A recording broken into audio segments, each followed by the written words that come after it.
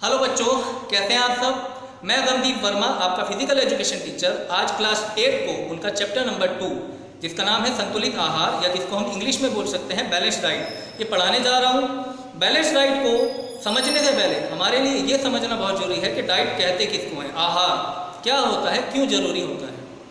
हम बात करें, एक जो इंजन होता है, जिस प्रकार एक इंजन को चलने के लिए कोयला, पानी, बिजली, डीजल, आग, इन सब चीज़ों की आवश्यकता होती है, तब वो इंजन चल पाता है। इसी प्रकार हमारे शरीर को भी चलने के लिए पर्याप्त खाद्य सामग्री की आवश्यकता होती है, जिसको हम आहार बोलते हैं। आहार के अभाव से हमारी मृत्यु हो जाती है। आहार के अभाव से हमारे शरीर शक्तिहीन हो जाता है, कमजोरी आने लगती है। तो आहार हमारे जीवन को एक आनंदमयी बनाने के लिए बहुत महत्वपूर्ण है, क्योंकि अगर हम सही समय पे आहार नहीं लेंगे तो हम जीवन का आनंद ही नहीं उठा पाएंगे, हम बीमार रहेंगे। तो आहार से हमारे शरीर को ऊर्जा और शक्ति मिलती है, हमारे शरीर का स्टेमिना बनता है, हमारे शरीर को पावर मिलती है, एनर्जी मिलती है। ये सब हमारी डाइट से मिलता है। अब हम बात करें बैलेंस डाइट की। बैलेंस डाइट क्या होती है? तो अब बैलेंस डाइट को बताने से पहले मैं आपको एक छोटा सा एग्जाम्पल दूंगा। जैसे हम बाइक चलाते हैं, स्कूटी चलाते हैं, तो किस चीज़ से चलती है? पेट्रोल से। जब उसमें पेट्रोल ख़त्म हो जाता है या कम हो जाता है, लगता है ख़त्म होने वाला है, तो हम क्या करते हैं? हम पेट्रोल पंप पे जाते हैं और वहाँ पे क्या डलवाते हैं? पेट्रोल। फिर क्या होता है? हमारी स्कूटी चलने लगती है। किस चीज़ से चलती है? इंजन से। अब अगर हम पेट्रोल की जगह उसमें मिट्टी का तेल डलवा दें या पानी डलवा दें तो क्या होगा?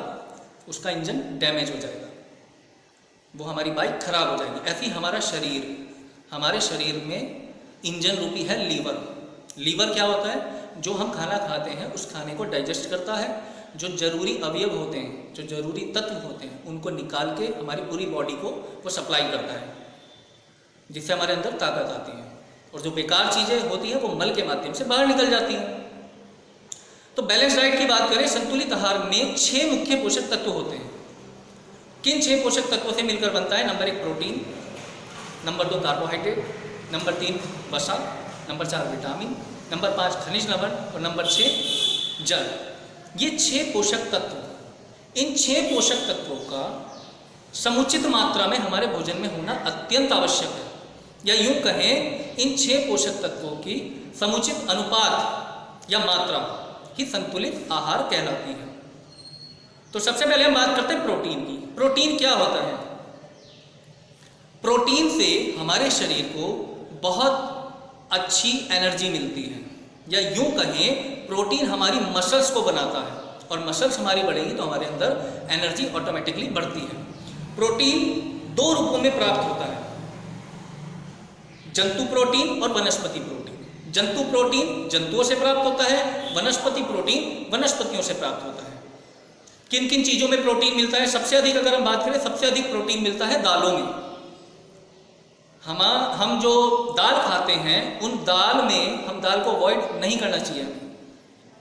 दालें खाने से हमारे शरीर को प्रोटीन की भरपूर मात्रा मिलती है। दाल के अलावा दूध, मक्खन, अंडा, पनीर, मछली, हरी सब्जियां, ड्राई फ्रूट्स और गेहूं, इन सब में प्रोटीन की उचित मात्रा होती है और हमें उचित मात्रा में इनसे प्रोटीन प्राप्त होता है। प्रोटीन की कमी से क्या होता है? प्रोटीन की कमी से शरीर की वृद्धि रुक जाती है, इसकी कमी से मेरेस्मस रोग हो जाता है, यकृत बढ़ जाता है तथा उस पर सूजन आ जाती है, शरीर कमजोर हो जाता है और अनेक रोग हो जाते हैं। बालकों में सूखा रोग भी प्रोटीन की कमी से ही होता है। शरीर में हीमोग्लोबिन की मात्रा कम हो जाती है तथा रोग प्रतिरोधक क्षमता क्षीण हो जाती है। अधिकता से क्या होता है? अति हर चीज की बुरी होती है। अगर हम प्रोटीन की अधिकता करते हैं अपने जीवन में तो क्या होगा? प्रोटीन की अधिकता से पाचन संबंधित रोग होते हैं। प्रोटीन की अधिकता तामसिक प्रवृत्तियों को उत्तेजित करती है तथा बुरी आदतें पड़ती हैं। प्रोटीन की अधिकता से जिगर व गुर्दे को अधिक परिश्रम करना पड़ता है, जिससे वे शीघ्र ही दुर्बल हो जाते हैं। अब बात करें कार्बोहाइड्रेट्स की। कार्बोहाइड्रेट क्या होता है? कार्बोहाइड्रेट शारीरिक गतिविधियों में ऊर्जा का मुख्य स्रोत है। यह शरीर को अत्यधिक तीव्रता से शक्ति प्रदान करते हैं। यानी कार्बोहाइड्रेट अगर हम लेते हैं तो उससे हमारे शरीर को बहुत तेजी से एनर्जी मिलती है। इसकी कमी से क्या होता है? इसकी कमी से शरीर को पर्याप्त ऊर्जा नहीं मिलती तथा इसकी कमी से शरीर कुपोषण का शिकार हो जाता है तथा शरीर का वजन घटने लगता है। पाचन शक्ति कमजोर हो जाती है और थकान होने लगती है। इसकी कमी से शरीर को ऊर्जा नहीं मिलने के कारण शरीर दुर्बल हो जाता है। अधिकता से क्या होता है? कार्बोहाइड्रेट की अधिकता से शरीर मोटा होने लगता है, अर्थात शरीर का वजन तो बढ़ने ही लगता है, साथ ही ग्लाइकोजन के रूप में यकृत व मांसपेशियों में एकत्र हो जाता है। प्राप्ति के स्रोत कार्बोहाइड्रेट हमें किन किन चीज़ों में मिलता है? ये चावल, गेहूं, खजूर, मक्का, जौ, आलू, शहद, मक्खन, शकरकंद, खजूर, अंगूर, किशमिश आदि से हमें कार्बोहाइड्रेट की प्राप्ति होती है। तीसरी बात करें हम तीसरे तत्व की, तो तीसरा तत्व है वसा यानी फैट। शरीर की आवश्यकता शरीर की को ऊष्मा तथा ऊर्जा प्रदान करने के लिए होती है। वसा की अगर हमें नीड है तो क्यों होती है? क्योंकि इससे हमारे शरीर को गर्मी यानी ऊष्मा और ऊर्जा मिलती है। इसकी प्राप्ति के स्रोत क्या हैं? ये मुख्य रूप से तेल, मक्खन, घी, सोयाबीन, मूंगफली, नारियल, सूखे मेवे यानी ड्राई फ्रूट्स, दही, पनीर, मछली, अंडों आदि में पाया जाता है। इसकी कमी से क्या होता है? पाचन शक्ति क्षीण हो जाती है, रोग प्रतिरोधक क्षमता कम हो जाती है, एक्जिमा रोग इसी की कमी से होता है और त्वचा खुरदुरी हो जाती है। सिर के बाल रूखे और कठोर हो जाने के कारण झड़ने लगते हैं। ऊर्जा की कमी हो जाने से शरीर को थकान जल्दी होने लगती है, जल्दी जल्दी शरीर थकने लगता है। अधिकता से क्या होता है?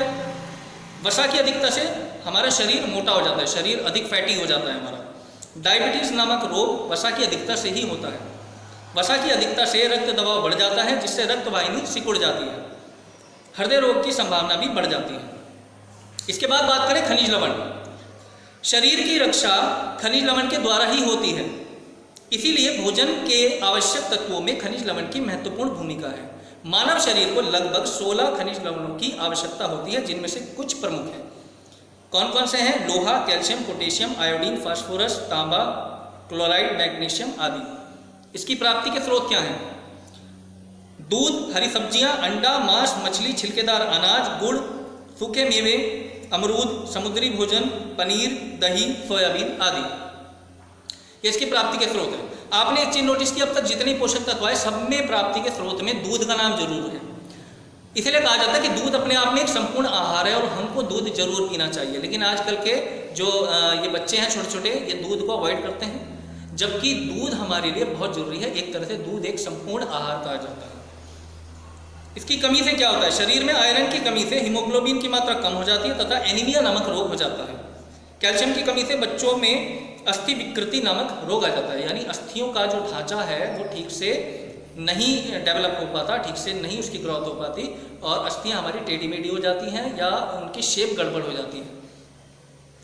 कैल्शियम की कमी से चर्म रोग हो जाता है तथा शरीर कमजोर हो जाने से दमा रोग भी हो जाता है।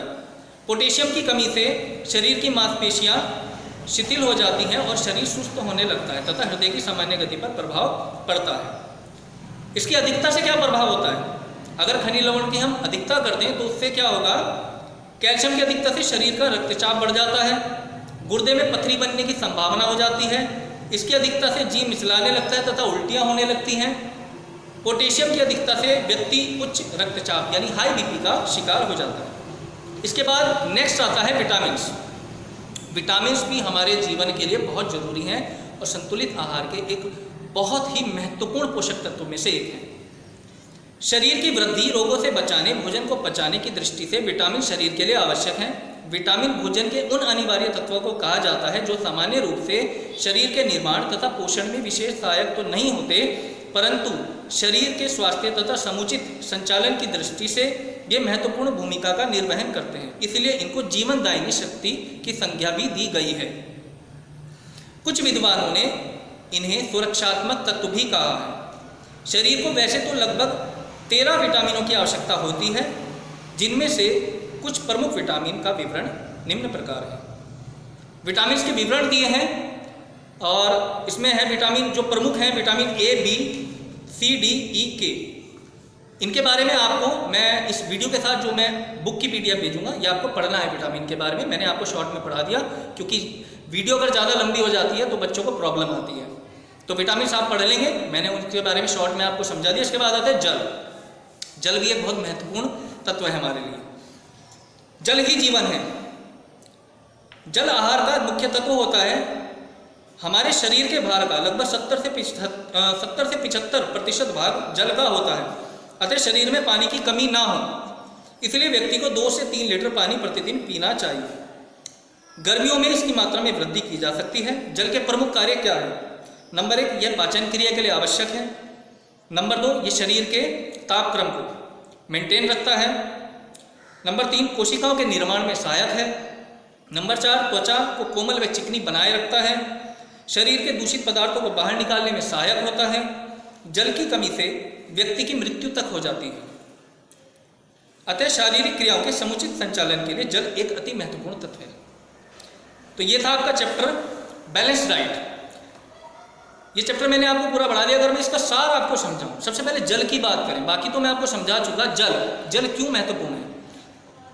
हम रात को जब सो जाते हैं तो जो रात को खाना खाते हैं, हमारे अंदर एक तो ये आदत नहीं रही कि रात को खाने के बाद वॉक की जाए। हम खाना खाएं, सो गए, वो खाना पूरी रात हमारे लीवर में पड़ा रहता है और सुबह जब हम उठते हैं तो वो खाना हमें, जब हम फ्रेश होने जाते हैं या शौच के लिए जाते हैं तो वो खाना हमारा ठीक से मल के रूप में बाहर नहीं निकल पाता और हमें प्रॉब्लम होती है। तो बहुतों को कब्ज़ की प्रॉब्लम हो जाती है।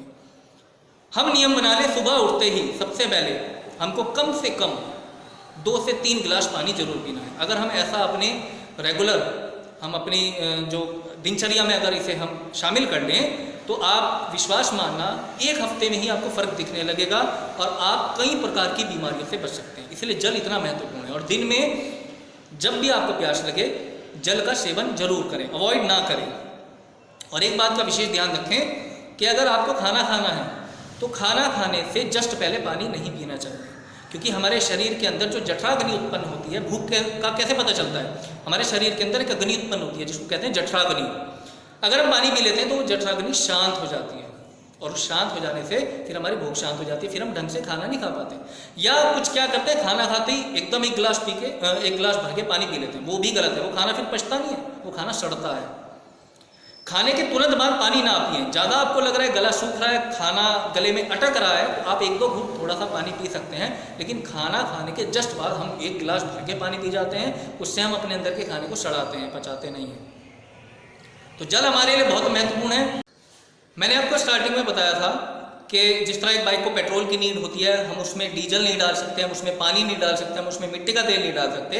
ऐसे ही हमारे शरीर को जब नीड होती है इन 6 पोषक तत्वों की, तब हम अपने शरीर को ये 6 पोषक तत्व ना देके उल्टा सीधा बाहर का जो खाना पीना होता है वो देते हैं। हमारे शरीर को जो ये 6 पोषक तत्व हैं, प्रोटीन, कार्बोहाइड्रेट, खनिज लवण, वसा, विटामिन और जल, इनकी संतुलित मात्रा चाहिए होती है। हम प्रैक्टिस करके आए, हम थक रहे हैं, पसीना आ रहे हैं, हम बहुत थकान में हैं और हमने जाके हमारे शरीर को उस टाइम कार्बोहाइड्रेट चाहिए, प्रोटीन चाहिए, विटामिन चाहिए, और हम क्या लेते हैं? हम खाते हैं पिज़्ज़ा, बर्गर, डोसा, मोमोज और सबसे ज़्यादा चाउमीन। तो इन चीज़ों से क्या होता है, हमारा लीवर धीरे धीरे डैमेज होने लगता है और हमारे शरीर में आने वाले टाइम में धीरे धीरे फिर बीमारियां बढ़ने लगती हैं। तो मेरा ये मानना है, इस फिजिकल एजुकेशन बुक का ये मानना है कि हमको अपने भोजन में इन सब पोषक तत्वों की मात्रा संतुलित रखनी चाहिए। हम फास्ट फूड की तरफ ज़्यादा ना भागें। आजकल के बच्चे इतना ज़्यादा फास्ट फूड की तरफ अट्रैक्ट हैं, चाउमीन मोमोज के तो दीवाने हैं, उसके पीछे भागते हैं, घर की रोटी को अवॉइड करते हैं। लेकिन इससे हमारा शरीर खराब ही हो रहा है। या तो बच्चा बहुत ज़्यादा कमज़ोर हो जा रहा है या बहुत ज़्यादा फैटी हो जाता है, फिट नहीं होता। मैं ये नहीं कहता आप इन चीज़ों का बिल्कुल त्याग कर दें, मरीजों वाली ज़िंदगी जिए, ऐसा नहीं कहता। ठीक है, 15 दिन में, महीने भर में 1 आधी बार खा लिया, लेकिन हम रेगुलर हमें प्रॉपर बैलेंस डाइट लेनी चाहिए। ये चैप्टर आपका कंप्लीट हो गया। इस चैप्टर में जो बहुविकल्पी और खाली स्थान है वो मैंने मार्क कर दिए हैं, फिलअप भी भर दिए हैं, और अति लघु और लघु और दीर्घ ये सब मैंने नोट्स बनाए हैं। और इस वीडियो के साथ, इस वीडियो को देखने के बाद ग्रुप में से आपको वो PDF फाइल डाउनलोड करनी है जिसमें मैंने इस बुक के पूरे चैप्टर की पिक्स क्लिक करके और जो नोट्स बनाए हैं अपने उनकी पिक्स को क्लिक करके एक PDF बनाई है। उस PDF को डाउनलोड करें, चैप्टर का नाम डालें कॉपी में, चैप्टर नंबर 2.2 संतुलित आहार, और उसके बाद ये खाली स्थान और बहुविकल्पी है, ये तो आपको करने हैं अपनी किताब में से ही, और बाकी के क्वेश्चन आंसर ये आपको उस नोट्स में से करने हैं। कोई भी समस्या आती है आप मुझे मैसेज करिए, आप मुझे कॉल करिए, आप किसी भी टाइम मुझसे कांटेक्ट कर सकते हैं। आप बस अपना समय से काम पूरा रखिए। इससे पहले जो मैंने चैप्टर कराए हैं वो सबके पूरे होने चाहिए। अब नेक्स्ट टर्न पे आपका नेक्स्ट चैप्टर होगा चैप्टर नंबर 2.3 शरीर के तंत्र। मैं आपको उसके बारे में समझाऊंगा, उसका काम भेजूंगा। Thank you.